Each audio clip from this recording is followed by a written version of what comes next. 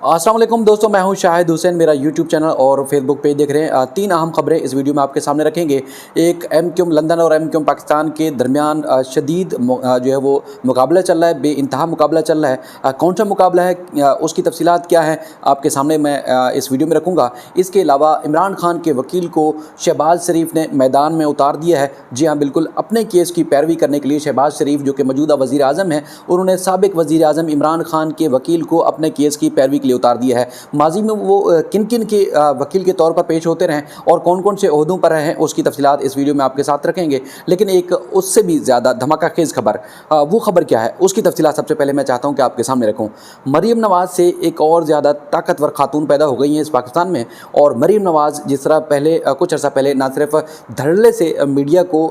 मुख्तलिफ लोगों की, मुख्तलिफ अशख़ास की वीडियोज़ के बारे में, ऑडियोज़ के बारे में धड़ल्ले से आगाह करती थी, बताती थी कि किस किस की उसके बाद वीडियो है और वो किसके खिलाफ कब इस्तेमाल कर सकती हैं और कब कब वीडियोज़ और ऑडियोज़ पब्लिक हुई, जिसकी वजह से ना सिर्फ उनके केसेस में फ़र्क पड़ा बल्कि माशरे में बहुत सारे लोगों को अयां भी किया गया, बेशुमार लोगों को बेनकाब भी किया गया। और कौन कौन से फ़ायदे लिए गए वो आप सब जो है अच्छे तरीके से जानते हैं। लेकिन उससे भी ज़्यादा पावरफुल, यानी कि माजी में अगर देखा जाए, मरीम से भी पहले अगर कोई खातून मार्केट में उतरी थी जिनके ऊपर संगीन नौयत के इल्ज़ाम थे, यानी कि मनी लॉन्ड्रिंग और उसके बाद फिर पैसे की हेर फेर और यानी कि स्मगलिंग के तौर पर, मुबैना तौर पर उनका नाम आता था, तो वो थी अयान अली। अयान अली के ख़िलाफ़ इंक्वायरी शुरू की गई, तहकीकात का आगाज़ किया गया। और अब तो जो मौजूदा सेटअप है, यानी कि पहले एक दूसरे के खिलाफ इस्तेमाल होते थे नून लीग और पीपल्स पार्टी, लेकिन अब नून लीग और पीपल्स पार्टी हम पल्ला और हम निवाला हो चुके हैं। एक दूसरे के खिलाफ जो है, जो माजी में इंक्वायरियाँ और केसेस थे वो उसकी ना सिर्फ पैरवी बल्कि केसेस जो है बंद भी हो रहे हैं। लेकिन जो अयान अली के खिलाफ केस शुरू किया गया था उसके बारे में किसी को कख नहीं पता, चूँकि मुल्क से बाहर जाने की जब उसने आखिरी दफ़ा परमिशन ली थी, उसके बाद जब वो मुल्क से बाहर गई तो आज तक उसके बारे में लोगों को नहीं पता कि वो कहाँ है और उसके बाद उनके खिलाफ जो केसेस चल रहे थे उन केसेस का क्या बना। इसी तरह मरीम नवाज़ ने मुख्तलिफ औकात में ना सिर्फ मुख्तलिफ जजेस, ब्यूरोक्रेट्स और मुख्तलिफ इंतहाई हाई प्रोफाइल लोगों की, जिनकी आप समझ सकते हैं कि इस मुल्क में धाक थी, जिनकी जो है वो तूती बोलता था, उनकी भी वीडियोज़ वायरल भी हुई और उनसे जो है वो फैसले तब्दील भी कराए गए और अपने मकासद के लिए उनको इस्तेमाल भी किया गया। और वो खुद एक खातून होकर जो है मुख्तलिफ औकात में इस बात का दावा करती रही कि ये जो पब्लिक हो रही हैं वीडियोज़ या ऑडियोज़, ये तो कुछ भी नहीं है, और भी बहुत सारे लोगों की उनके पास वीडियोज़ और ऑडियोज़ पड़ी हुई हैं और वक्तन फ़वक्तन आप देखते भी हैं वो पब्लिक होती भी यही हैं। और नामालूम जो ट्विटर हैंडल्स हैं और नामालूम जो अफराद हैं उनकी तरफ से जो है वो वायरल होती हैं। और उसके बाद फिर धड़ल्ले से आप देखते हैं कि बड़ी बड़ी प्रेस कॉन्फ्रेंसेस हो जाती हैं जिसमें नून लीग की आला क़यादत, या उसके बाद फिर आप ये भी कह सकते हैं कि वज़ीर दाखिला राना सनाउल्लाह भी इस जो है उस प्रेस कॉन्फ्रेंस को लीड कर रहे होते हैं। लेकिन सूरत हाल क्या है? सूरत हाल ये है कि वो जिस तरह मैनेज की जाती हैं प्राइवेट कॉल्स और प्राइवेट जो है वो ऑडियोज़, प्राइवेट जो है वो डेटा लीक किया जाता है, उसके बाद फिर बड़े हाई प्रोफाइल खबर बनाकर जो है वो लोगों के सामने रखी जाती है, पेश की जाती है। यानी कि अगर वो ऑडियोज़ और वीडियोज़ नामालूम लोग अगर उसको रिकॉर्ड करते हैं और उसके बाद फिर उसको वायरल करते हैं, तो उसके बाद फिर इतनी तेज़ी से प्रेस कॉन्फ्रेंस का ऐलान कैसे हो जाता है? मतलब ये एक सोचने वाली बात है कि एक वीडियो या ऑडियो किसी भी शख्स के बारे में रिलीज़ हो रही है, अगले लम्हे जो है वो आपको मुख्तलिफ वज़रा के जो है वो उसी ऑडियो और वीडियो के मुतालिक जो है वो आपको प्रेस कॉन्फ्रेंस करते हुए नज़र आ रहे होते हैं। तो इससे तासुर आवाम में जो पाया जाता है मुबैना तौर पर यह है कि यही लोग हैं जो लोगों की चीज़ें वायरल करते हैं, जो माजी में दावे करते हैं और प्रेस कॉन्फ्रेंसेस वगैरह, उनके ऐलानात, उनके स्टेटमेंट्स, वीडियोज़ के बारे में ट्वीट्स वगैरह वो रिकॉर्ड पर हैं। आज भी आप देखना चाहें तो आप बिल्कुल गूगल पर और यूट्यूब पर मरीम की खास तौर पर आप देख सकते हैं। लेकिन उनसे जो बड़ी चीज़ आई हैं वो है जो अयान अली के बाद मरीम नवाज़, और मरीम नवाज़ के बाद जो ताकतवर खातून देखी जा रही हैं, मानी जा रही हैं, समझी जा रही हैं, जिसका कोई कुछ नहीं बिगाड़ रहा, वो है हरीम शाह। जी हाँ, हरीम शाह। हरीम शाह ने मुख्तलिफ औकात में बड़े बड़े दावे किए, बड़े बड़े लोगों की वीडियोज़ और नाजेबा वीडियोज़ उन्होंने वायरल की, तस्वीरें वायरल की। और उन्होंने इस्लामाबाद में प्रेस कॉन्फ्रेंस की और प्रेस कॉन्फ्रेंस करके ना सिर्फ उन्होंने फ़याज़ उल हसन चौहान बल्कि और भी कई लोगों को उन्होंने जो है वो बेनकाब किया और दावा किया कि शायद ही कोई ऐसा सियासतदान हो जिसको लोग सियासतदान मानते हैं, जिसको मोतबर मानते हैं, जिसके हाथों में फ़ैसला साजी होती है, शायद ही कोई ऐसा सियासतदान हो जो उससे कोई बचा हो, जिसकी वीडियो उसके पास मौजूद ना हो। यानी कि वो दावा कर रही हैं कि कई लोगों की वीडियोज़ रिलीज़ कर चुकी हैं और ऐसे लोग और भी बेशुमार हैं जिनको लोग बड़ा जो मोतबर समझते हैं, लेकिन उनकी वीडियोज़ उसके पास मौजूद हैं और वो कभी भी जो है वो वीडियोज़ रिलीज़ कर सकती हैं। यानी कि ईद से पहले ईद कर सकती हैं, कुर्बानी से पहले कुर्बानी कर सकती हैं। और ये जो मामला है इससे लोगों की नींदें उड़ गई हैं। यानी कि हरीम शाह के इस बयान के बाद आप ये कह सकते हैं कि लोगों की नींदें उड़ चुकी हैं। वो इसलिए भी कि 2 रोज़ पहले एक दावा सामने आया था हामिद मीर साहब का कि ईद के बाद यानी कि ईद उल ज़ुहा के बाद जो भी चीज़ सामने आएगी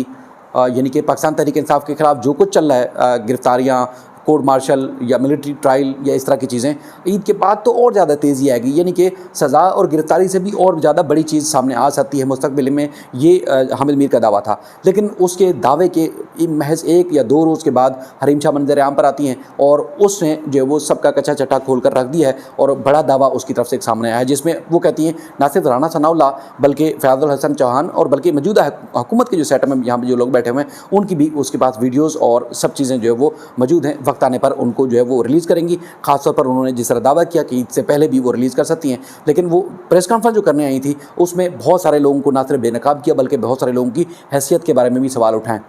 इसी तनाज़ुर में आपको याद होगा जब हरीम शाह मुल्क से बाहर गई और उसके बाद फिर उसने जो मनी लॉन्ड्रिंग के हवाले से, रकम के हवाले से एक पैसों के साथ एक वीडियो वायरल की थी जिसमें उसने दावा किया था ये तो उसकी जो है यानी कि ये पैसा मनी लॉन्ड्रिंग करके लाई हैं, हवाला हुंडी और चोरी जो है वो यहाँ से पैसे लाई हैं। लेकिन उसके बाद फिर प्रेस रिलीज़ जारी हुई, तहकीकात का आगाज़ हुआ। तो आपको याद होगा तहकीकात FIA ने की थी, इब्तिदा भी की थी यहाँ से हाई कोर्ट से, उसने सिंध हाई कोर्ट से ज़मानत भी ली और ज़मानत लेने के बावजूद, ये सारी चीज़ें सामने आने के बावजूद वो तहकीकात कहाँ चली गई हैं। यानी कि अगर ये मौजूदा सेटअप यानी कि अभी का जो सेटअप है यानी कि PDM की हुकूमत, उससे तो हट के ये तो जो आप मौजूदा दावे करती हैं यानी कि वो तो PTI की सपोर्टर होने के दावे करती हैं, इमरान खान के सपोर्टर होने के दावे करती हैं, तो फिर हरीम शाह को लॉन्च कौन कर रहा है? कि एक तो ये है कि जैसे अगर उसके ख़िलाफ़ कोई केसेस है, मवाद है, तो वो फिर मवाद पब्लिक कर सकती हैं और उसके पब्लिक अगर कर सकती हैं तो उसके खिलाफ कोई केस भी कर सकता है। उसके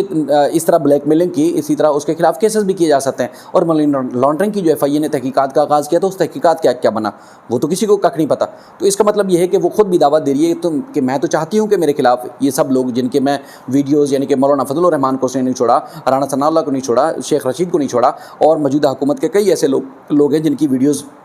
पब्लिक की और जिनके दावे किए, अब भी वो बता रही हैं कि बहुत सारे लोगों की वीडियोस उसके पास मौजूद हैं। तो फिर इन लोगों ने केसेस क्यों नहीं किए? वो खुद कह रही हैं कि मैं तो चाहती हूँ कि मेरे खिलाफ केसेस करें और मैं मज़ीद लोगों को बेनकाब करूँ। तो इसका मतलब ये है कि वो इस तरह पावरफुल है कि हुकूमत में होने के बावजूद वो लोग जो कि मौजूदा सेटअप का हिस्सा है हरीम शाह के ख़िलाफ़ कार्रवाई नहीं कर पाएंगे, नहीं कर सकते, क्योंकि वो बहुत ज़्यादा पावरफुल है। इसलिए उसके पास या तो ठोस मवाद है या फिर जो है वो इनसे भी किसी तगड़े शख्सियत की वो जो है वो सपोर्टर है या उसकी हिमायत याफ्ता है, इसलिए जो है हरीम शाह को कोई हाथ नहीं लगा रहा। अच्छा, अब आते हम इमरान खान के वकील जो मौजूदा अब वकील बन चुके हैं शहबाज शरीफ के। जी हाँ, मैं बैरिस्टर फ़रूक नसीम साहब की बात कर रहा हूँ जो कि तकरीबन परवेज़ मुशर्रफ साहब के दौर से लेके अब तक किसी न किसी तरीके से वो हुकूमत का हिस्सा हैं और हुकूमत का हिस्सा रहते हैं। जी हाँ, अब गुज़श्ता यानी कि अब अगर हम बात करें परवेज़ मुशर्रफ के वकील है, उसके बाद फिर इमरान खान के दौर में अगर टॉप पे इस्तीफ़े दे के उसके बाद दोबारा वो केसेस लड़ते थे, वकील बनकर अटार्नी जनरल पाकिस्तान रहे। जस्टिस काजी फैज़ ईसा के ख़िलाफ़ उन्होंने जो है वो रेफरेंस बाकायदा तौर पर अब बातें खुल भी गई, तो उस पर भी बज़ाहिर लग रहा था, लोगों को नज़र आया कि फ़रूक नसीम साहब का इसमें किरदार था। Chief justice Sindh high court के या जो सिंधी स्पीकिंग वकील हैं वो भी फ़रूक नसीम साहब के ऊपर इल्ज़ाम आयद करते हैं कि फ़रूक नसीम ही जो अहमद अली एम शेख जो कि सिंध हाई कोर्ट के चीफ जस्टिस हैं उनकी एलिवेशन की सबसे बड़ी रुकावट थे। और उसके बाद फिर माजी में यानी कि अगर परवेज़ मुशर्रफ से लेके जनरल बाजवा तक ओहदे से इस्तीफ़ा दे के फिर उसके बाद फिर जस्टिस काजी फैज़ ईसा के खिलाफ केस लड़ते हैं, उसके बाद इमरान खान के वकील बनकर जो है वो केस लड़ते हैं और उसके बाद फिर अब जो है इनको बाकायदा तौर पर जो मिलिट्री ट्रायल कोर्ट्स के खिलाफ यानी कि सिविलियन का मिलिट्री कोर्ट्स में ट्रायल नहीं चलाया जा सकता, केस जो है वो सुप्रीम कोर्ट में ज़ेर समात है। उस केस में अब फ़रूक नसीम साहब शहबाज शरीफ को चूँकि सुप्रीम कोर्ट ऑफ पाकिस्तान ने नोटिस जारी किए थे, अब फ़रूक नसीम साहब वज़ीर आज़म पाकिस्तान शहबाज शरीफ साहब की तरफ से केस की पैरवी करेंगे। उनके हवाले केस कर दिया गया है, उन्होंने बाकायदा तौर पर तैयारी कर दी है। पीर के रोज़ जब केस की समात होगी तो फ़रूक नसीम साहब अब पैरवी कर रहे होंगे शहबाज शरीफ साहब की तरफ से। माजी में जितने भी नून लीग के खिलाफ केसेस बनाए गए या केसेस थे या उसके बाद फिर जस्टिस काजी फैज़ ईसा साहब के, तो उसमें जो मास्टरमाइंड समझे जाते थे या जो केसेस तैयार करने वाले और लोगों को लीड करने वाले समझे जाते थे वो बैरिस्टर फ़रूक नसीम समझे जाते थे। अब जो है फ़रूक नसीम साहब जो है वो मौजूदा सेटअप में वो भी इन है। अब ये आप अगर कंपेयर करें तो हरीम शाह और फरोह नसीम साहब जो है वो दोनों यानी कि पावरफुल आप इनको समझ सकते हैं, तस्वर कर सकते हैं। तो अब कल जो है देखना ये है कि अब मिलिट्री ट्रायल कोर्ट्स के अब एक और केस की हारने के लिए उन्होंने तैयारी की है या वो वाकई ही केस जीत पाएंगे, क्योंकि माजी में तो उनका केसेस जीतने के हवाले से रिकॉर्ड जो बड़े हाई प्रोफाइल केसेस हैं उसमें अच्छा नहीं है। परवेज़ मुशर्रफ साहब का उन्होंने सिंध हाई कोर्ट में केस जीत गए थे जिसमें उनको मुल्क से बाहर जाने की इजाज़त मिली थी।